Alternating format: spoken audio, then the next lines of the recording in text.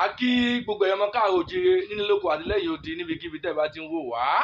Mo kẹ́yìn bàbá mi, mo kẹ́yìn màmá mi, mo kí gbogbo àwọn ọmọ ọ̀dọ́ táàjọ́ ọmọ kóòtù oòjíire. Èèmọ̀ ti wọ̀lú o. Èèmọ̀ kúrú bẹ́bẹ̀bẹ̀bẹ̀ ó ti wọ̀lú o. Ẹ jẹ́ ká pariwo èèmọ̀ tó wọ̀lú yìí, ẹ jẹ́ ká pariwo ẹ̀ síta. Wọ́n ti gbé Ṣẹ̀ríà lọ wá sílùú Ọ̀yọ́. Wọ́n fẹ́ ṣe inauguration day ní January 11 ní ìlú Ọ̀yọ́. Ẹ má jẹ́ ká gbà fún wọn o. Ẹ jẹ́ ká pariwo wọn síta. Wọn ò tí ì gbé Ṣẹ̀ríà lọ wá sílùú Ọ̀yọ́ sílẹ̀ Yorùbá. Ẹ wo àrà tí wọ́n fi wá dá. Ẹ wo bí wọ́n ṣe ń pa àwọn èèyàn wa. Ẹ wo bí wọ́n ṣe ń kidnap àwọn èèyàn wa tí wọ́n ń béèrè owó. Èyí tí ò bá fún wọn lówó wọ́n pàdánù. Ẹ wo àrà tí wọ́n dá fún Tani Olohun. Tí a bá fi lè gbà wọ́n láàyè tí wọ́n gbé Ṣẹ̀ríà lọ wá sílẹ̀ Yorùbá, òfin inú Kùránì ni wọ́n máa lò nìyẹn o. Àwọn tí ń ṣe àwa Yorùbá tá a jọ mọ lẹ́sìn Kìrìsìtẹ́nì a ní ẹnu sọ̀rọ̀ mọ́ o. Àwọn ọmọ Yorùbá tá à ń ṣe ìṣẹ̀ṣe a ní lẹ́nu sọ̀rọ̀ mọ́ o.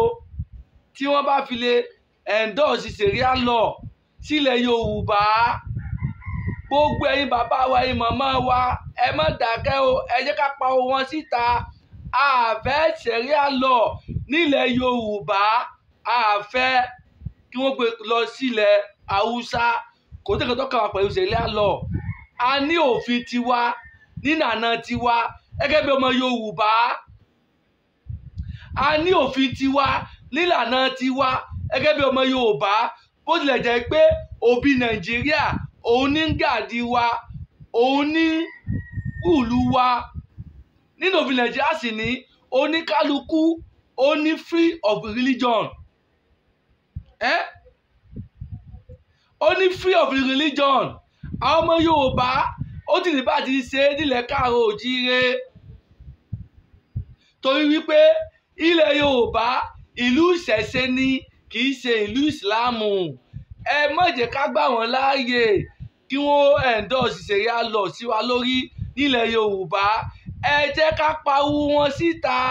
A fẹ́ Ṣẹ̀ríà lọ nílẹ̀ Yorùbá. Tí a bá fẹ́ dá Ṣẹ̀ríà lọ sílẹ̀, ẹ kọrí sílẹ̀ Haúsá. Ẹ kọrí sílẹ̀ Haúsá. Ilẹ̀ Yorùbá kì í ṣe ilẹ̀ ìsìláàmù o. Kì í ṣe ilẹ̀ ìsìláàmù o. Ó lè jẹ́ pé agbẹ́ ìbọn láàyè láti ṣe ẹ̀sìn tó bá wù ú, kì í wá torí yẹn kí àwọn ẹ̀kan wá sọ pé ẹ fẹ́ ṣe Ṣẹ̀ríà lọ lé a lórí. Ẹ fẹ́ gbé òfin Ṣẹ̀ríà lọ wá sílẹ̀ Yorùbá. Àwọn ò ní gbà yẹn láàyè torí wípé a náwó sí gbogbo ẹ̀yin tí ẹ bá ń pinnu láti gbé ìgbésẹ̀ yẹn. Ẹ tètè káńsù ìgbésẹ̀ yẹn. Gbogbo ọmọ Yorùbá gbogbo pátá là fọwọ́ sí o. A fọwọ́ Ṣẹ̀ríà lọ nílẹ̀ Yorùbá. Kò sí nǹkan tó kàn wá pẹ̀lú Ṣẹ̀ríà lọ. Ẹ tètè yí ìpinnu yín padà. Gbogbo ẹ̀yin ọmọ Yorùbá à ń pariwo lé síta fún ẹ̀yin tí ẹ tí ì gbọ́ nípa Ṣẹ̀ríà lọ tí wọ́n fẹ́ ṣe inauguration ní January 11 ní 2025. Òun ló fà tá a fi ń pariwo lé síta fún yín o. Ẹ bá wa pín fídíò kan lọ dáadáa. Gbogbo ẹ̀yin tí ẹ bá kọ̀ àkọ́rọ̀ fídíò tá a ṣe yìí, ẹ má dákun láti fídíò tá a ṣe yìí o. Ẹ má dákun láti o. Ohun tó ń bọ̀ wá òun la ní ká mú wétí gbọ́ yín o. Gbogbo ẹ̀yin tẹ́ ẹ bá tí ì gbọ́ ohun tí wọ́n mú bọ̀ wá fún wa nílẹ̀ Yorùbá táwọn ará bí torí wọ́n ti ṣe gbogbo ọ̀nà. Wọ́n ti gba gbogbo ọ̀nà láti yí pé àwọn gbalẹ̀ Yorùbá lọ́wọ́ wa. Wọn ò rí ṣe. Òun ni wọ́n fi wá fi Ṣẹ̀ríà lọ. Wọ́n bá tá a bá fi Ṣẹ̀ríà lọ tá a gba Ṣẹ̀ríà lọ láàyè ọ̀tán nìyẹn o. Nǹkan tó fẹ́ ṣe wọ́n ti ṣe nìyẹn o. Ẹ má lè ká gbà wọ́n láàyè o. Ẹ má yẹ ká gbà wọ́n láàyè. Ọ̀rọ̀ bí wọn ò fẹ́ràn ilẹ̀ Yorùbá o. Ọgbọ́n àti gbalẹ̀ lọ́wọ́ wa ní o. eré tí wọ́n ń sá nìyẹn o eré tí wọ́n ń sá nìyẹn o abẹ́yìn ni àwọ̀ yìí ni o gbogbo ẹ̀yin ó bá wá ẹ má gba ṣẹ̀ríà lọ láyé ilẹ̀ Yorùbá o àwọn ọmọ yín sọ pé àfẹ́ ibi tá a bá lọ lẹ́kẹ́ iná kẹ́kọ̀ọ́ kú sí o nǹkan bá tá a bá lọ pé àfẹ́ ó yẹ kẹ́ ẹ bá wa fẹ́ ni o nǹkan tá a bá kọ̀ ó yẹ tẹ́ ẹ bá wa kọ́ ni o òun ló bá táwọn ń pariwo ilé ìsìta fún yín o àfẹ́ ṣẹ̀ríà lọ nílẹ̀ káàárọ̀ òjíire torí ilẹ̀ Yorùbá ilẹ̀ ọmọ aládé ni